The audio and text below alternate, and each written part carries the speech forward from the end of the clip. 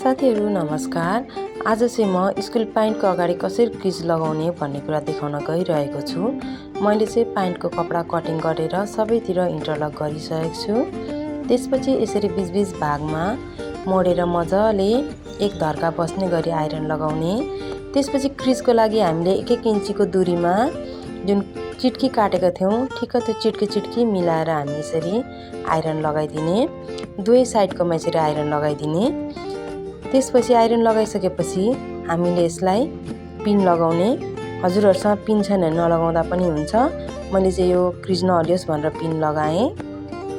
त्यसपछि पिन निकाल्ने र जुन अघि आइरन लगाएको हाम्रो धार बसेको छ त्यही धारमा चाहिँ हामीले फेरि ठिक्क त्यही चिन्ह लगाएको सम्म हामीले सिलाउनु पर्ने हुन्छ। चिन्ह चाहिँ हामीले कपडा कटिङ गर्दा अघि नै लगाइसकेको हुन्छ। ठिक्क त्यो चिन्हसम्म हामीले दुवै साइडको सिलाउनु पर्छ। यसरी सुरुमा आइरन लगाएर हामीले क्रिज लगाउँदाखेरि चाहिँ साथीहरु बिगिनर साथीहरुलाई धेरै सजिलो हुन्छ।